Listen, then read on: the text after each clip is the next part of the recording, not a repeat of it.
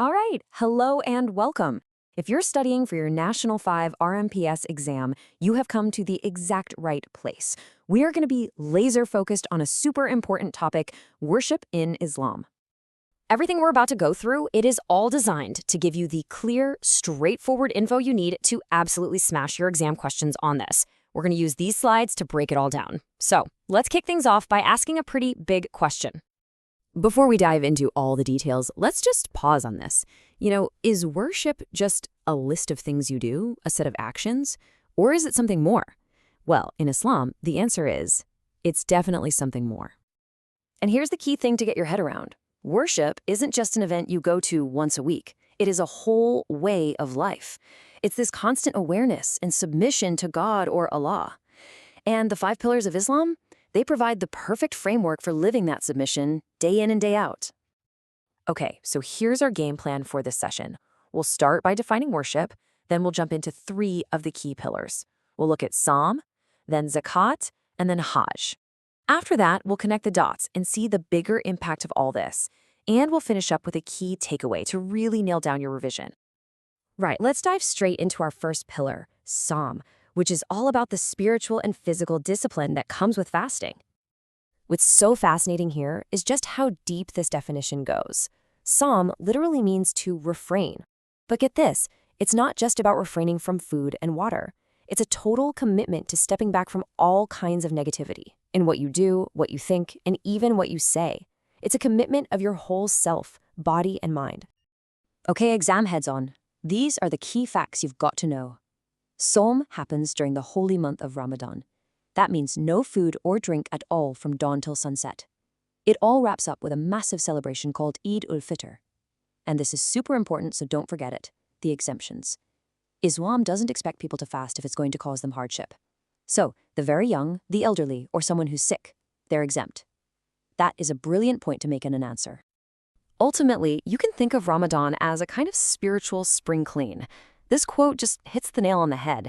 It's this amazing annual chance to just hit reset, to break bad habits and purify your inner life. It really helps build empathy for those who have less, and it strengthens a person's trust in Allah. Okay, on to our second pillar, Zakat, the duty of charity. And you'll see how this builds on that idea of worship being a complete way of life. Now, Zakat isn't just a nice idea or a friendly suggestion. It's a compulsory donation. The word zakat is actually related to purification. The whole idea is that by giving away a part of your wealth, you're purifying what's left, and you're recognizing that everything you have comes from God in the first place. It's a massive part of social justice in Islam. Okay, get your highlighters out. Here is a number you absolutely have to remember for your exam, 2.5%. That is a standard amount a Muslim is required to give from their surplus wealth. And that's key. It's the wealth you have after your own basic needs have been taken care of. So how does it all work in the real world?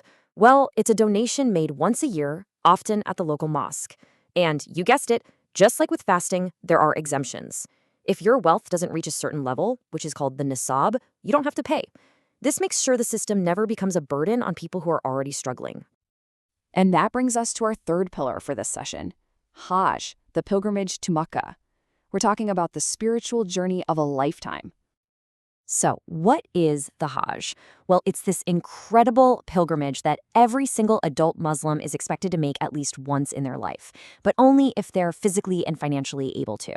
It's a truly profound experience, bringing millions and millions of Muslims together from every single corner of the globe. Now, there are some really important rules. The Hajj has to take place during a specific month in the Islamic calendar. All pilgrims, men and women, wear simple white garments called ihram. This is so significant because it completely strips away any signs of wealth or status or nationality. Everybody is equal before God. And just like the other pillars, there are, of course, exemptions for those who simply can't make the journey. The Hajj itself is made up of these incredibly powerful symbolic rituals that happen over several days. They include circling the Kaaba, that's the sacred cube building in Mecca, 7 times. There's also standing on the plain of Arafat to pray and ask for forgiveness. And there's this symbolic stoning of pillars that represent Satan. For men, the Hajj finishes with shaving their heads, which is a powerful symbol of a spiritual rebirth. Okay, so we've looked at 3 huge pillars. But what does it all mean? How does all this worship actually shape a Muslim's identity and their place in the world?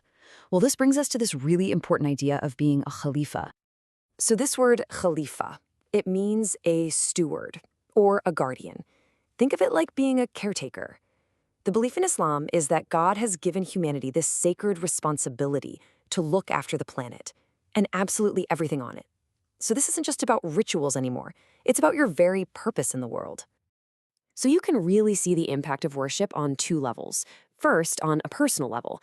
Things like fasting build discipline and a really close connection to Allah.